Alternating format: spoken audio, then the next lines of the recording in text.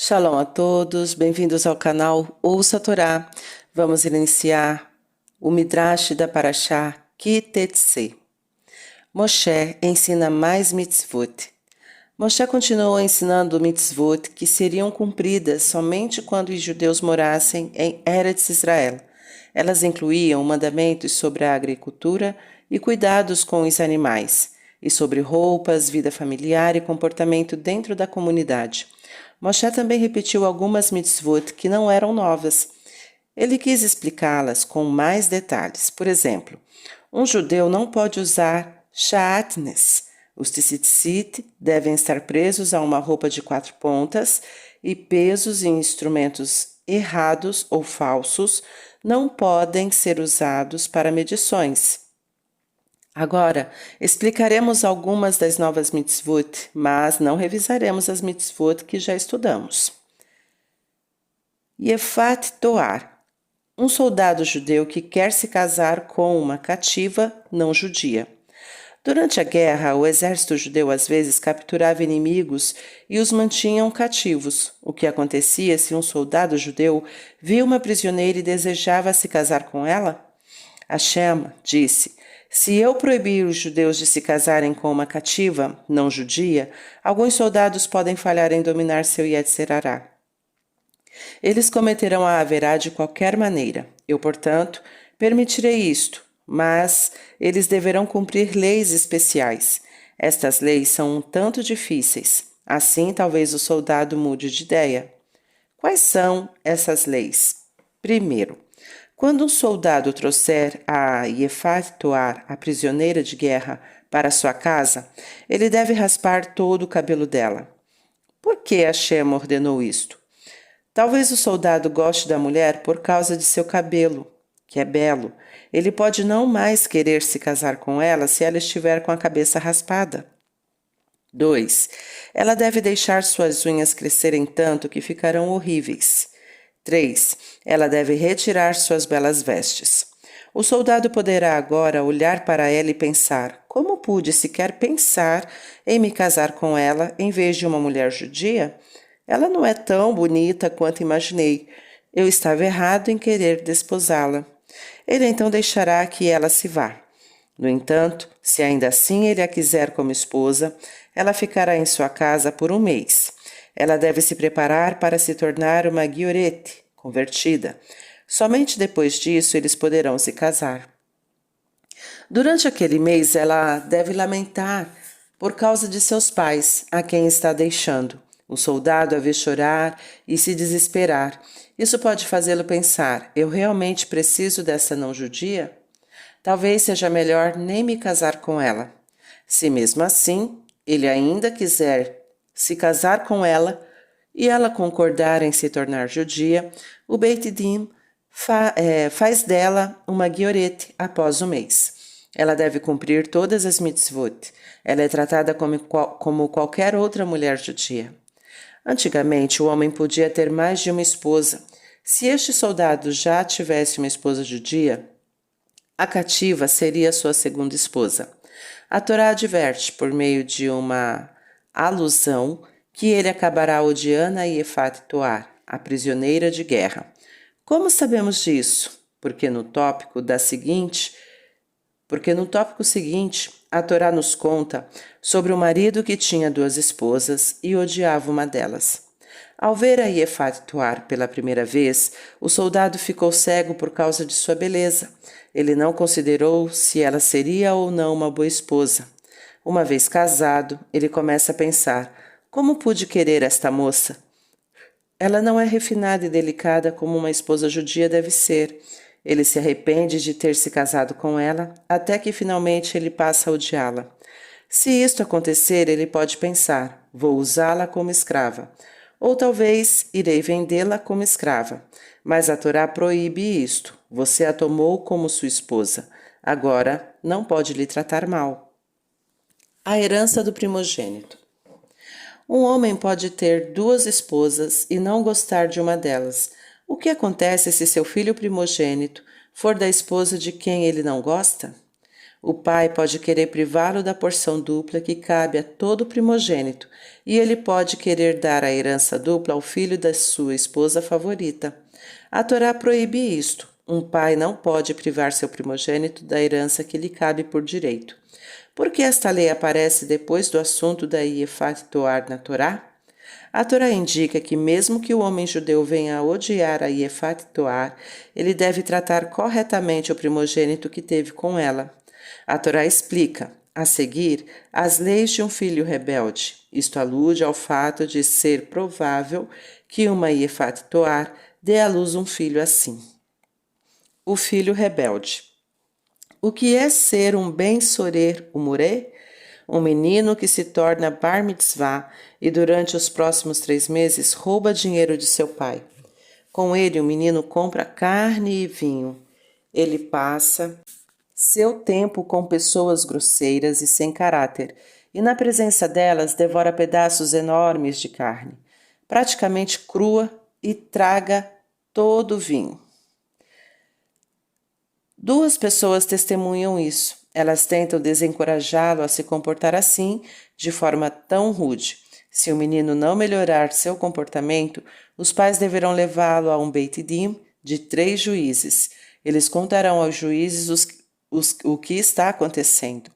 Os juízes ordenam chicotadas, malkut, para este jovem rapaz, isto é, para lhe ensinar a melhorar seu comportamento. Mas o menino volta ao mau caminho. Novamente ele rouba dinheiro e se regozija com carne e vinho de uma maneira indecente na frente dos amigos. Os pais agora levam seu filho ao Beit Din de 23 juízes. Se certas condições foram preenchidas, ele é condenado à morte. Ele é chamado de um ben-sorer umurê, um filho rebelde. Este jovem rapaz realmente merece morrer só porque roubou dinheiro e devorou a carne? Hashem disse, verdade, no momento ele é culpado apenas de um pequeno delito, mas se ele continuar vivo, ele crescerá e se tornará um ladrão e assassino. O melhor para ele é morrer jovem antes que cometa verut mais sérias. Alguma vez um menino já foi condenado à morte por ser um ben-sorer umurê? A resposta é não. Todas as condições necessárias jamais foram preenchidas. Por exemplo, o menino não pode ser sentenciado à morte se ele roubou dinheiro de alguém que não era seu pai. Ele não pode ser sentenciado à morte se não ingeriu a comida da maneira particular que nossos sábios chamam de repulsiva. Há inclusive uma condição determinando que os pais do garoto devem ter a mesma altura. Além disso, se o menino for menor que bar mitzvah ou tenham-se passado 3 ou mais meses desde seu bar mitzvah, as leis de ben-sorer umurê não se aplicam. Se este din jamais ocorria, de fato, por que Hashem colocou na Torá? Hashem quer que o estudemos por 2 motivos. Primeiro, para sermos recompensados e segundo, para que aprendamos uma lição desta lei. Por exemplo, em uma casa tipicamente religiosa, você ouve o dia inteiro, faça isso ou não faça aquilo. Lave suas mãos com netilat yadayim. Faça brahá antes de comer. Empreste seus brinquedos, ajude a imã. Reze, prepare-se para o Shabat. Você não pode comer isso porque não é kasher. Você não pode desenhar com seus lápis de cor porque hoje é Shabat. Vá para o Beit Knesset agora ou perderá Minhá. Quando você vai para a Yeshivá, você estuda por várias horas durante o dia e depois ainda tem bastante lição de casa. O menino da casa em frente chega da escola pública bem cedo. Ele tem tempo livre para andar de bicicleta, brincar com os amigos. Ele normalmente tem um quarto grande e bem decorado que não precisa dividir com os irmãos e irmãs. Ele parece estar sempre se divertindo. Isto é o que você imagina. Na verdade, ele se sente só em seu belo quarto. Apesar de tudo que tem, ainda assim se sente entediado. À medida que você vai crescendo, seus pais se tornam cada vez mais severos. Quando você dorme demais e perde a hora, seu pai pergunta: por que você não se levantou para rezar com o minyan?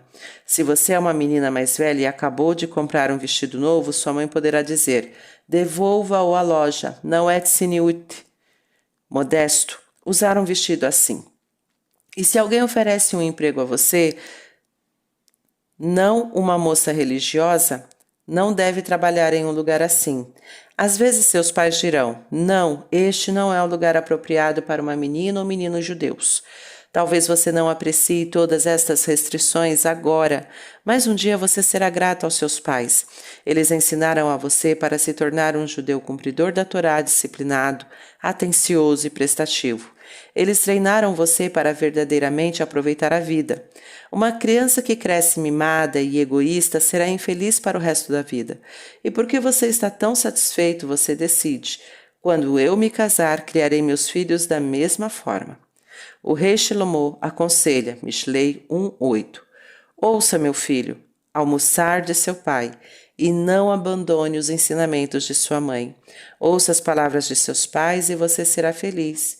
O Ben Choreu Murê tem um final triste porque se recusou a ouvir seus pais.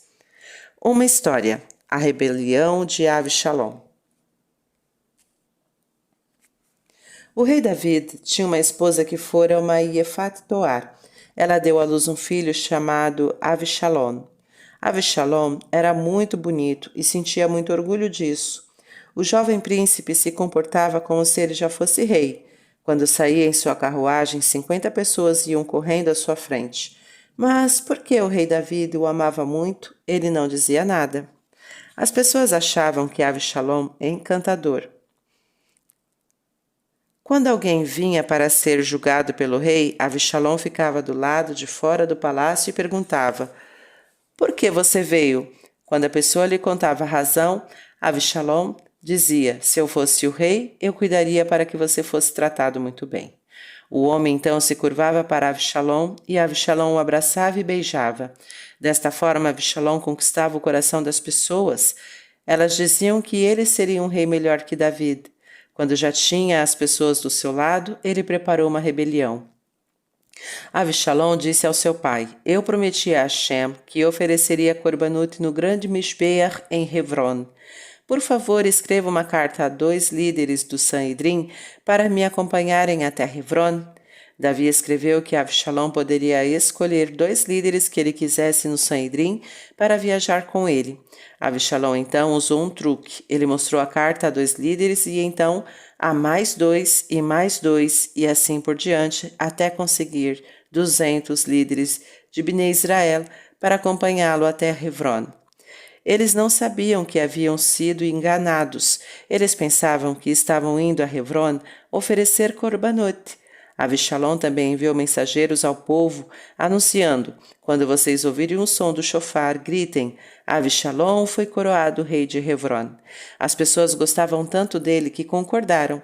Avshalom foi coroado por seus amigos em Hebron, na presença dos líderes do Sanhedrin. O shofar foi tocado, mais e mais pessoas se juntaram à rebelião. Um dos homens que apoiava Avshalom era Ahitofel. Ahitofel era muito inteligente e sempre foi um conselheiro muito próximo do rei David. Mensageiros logo chegaram a Jerusalém. Eles contaram a David: Avshalom se rebelou contra você e o povo está ao lado dele. Ao ouvir isso, o rei David disse: temos que fugir de Jerusalém. Avshalom tem um grande exército com ele. Ao saber que seu fiel conselheiro Ahitofel também se juntara a Avshalom, o rei David ficou realmente com medo. Com os bons conselhos de Ahitofel, certamente Avshalom terá sucesso, ele disse. Por favor, Hashem, não deixe que Avshalom siga os conselhos de Ahitofel. Davi pediu ao seu grande amigo Hushai que espionasse o acampamento de Avshalom. Finja que você está do lado dele, disse-lhe Davi, e me conte tudo o que está acontecendo por ali. Neste meio tempo, Avshalom chegou a Jerusalém. Hushai logo se juntou a ele, exclamando: longa vida ao rei! Avshalom ficou surpreso. Você abandonou meu pai para se juntar a mim? Hushai disse: estou do lado do rei que foi escolhido por Hashem e seu povo. Eu servirei a você como servia seu pai.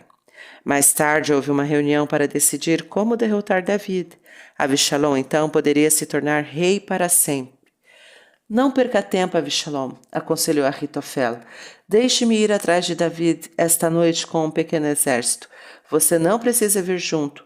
David estará exausto por causa da fuga. Eu o matarei e seus problemas estarão resolvidos. Avshalom hesitou. Ele deveria escutar Ahitofel? Chame Hushai, ele disse. Vamos ouvir o que ele tem a dizer. Hushai, que na verdade estava do lado de David, disse: O plano de Ahitofel não é bom.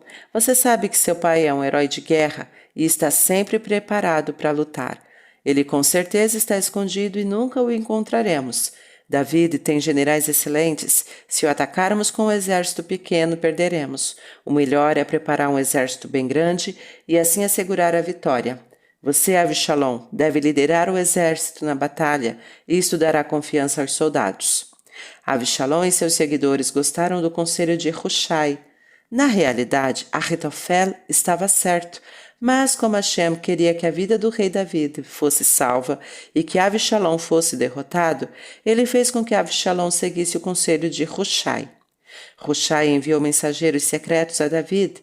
Eles disseram ao rei que atravessasse o rio Jordão para ficar mais seguro. Do outro lado do rio, David organizou seu exército. Ele o dividiu em 2 grupos, cada um liderado por um general. Quando o exército de Avshalom ficou pronto, ele atacou seu pai. O rei David, na batalha que se seguiu, o exército de David ganhou. Muitos judeus foram mortos. Hashem os puniu por se rebelarem contra o rei David. Aquele que se rebela contra o rei merece morrer. David ordenou aos seus soldados: não matem Avshalom. Mas o general de David achou que era melhor para o rei se livrar logo de seu filho rebelde. Alguém disse ao general que viu Avshalom preso em uma árvore. Seu longo cabelo havia se emaranhado nos galhos. O general correu até o local e enfiou 3 lanças no coração de Avshalom. Avshalom não morreu dos ferimentos. Então 10 servos do general se aproximaram e o mataram.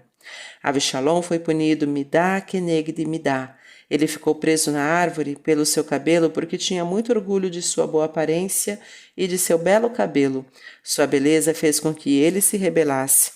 Ele enganou 3 grupos: seu pai, os líderes do Sanhedrim e Bnei Israel.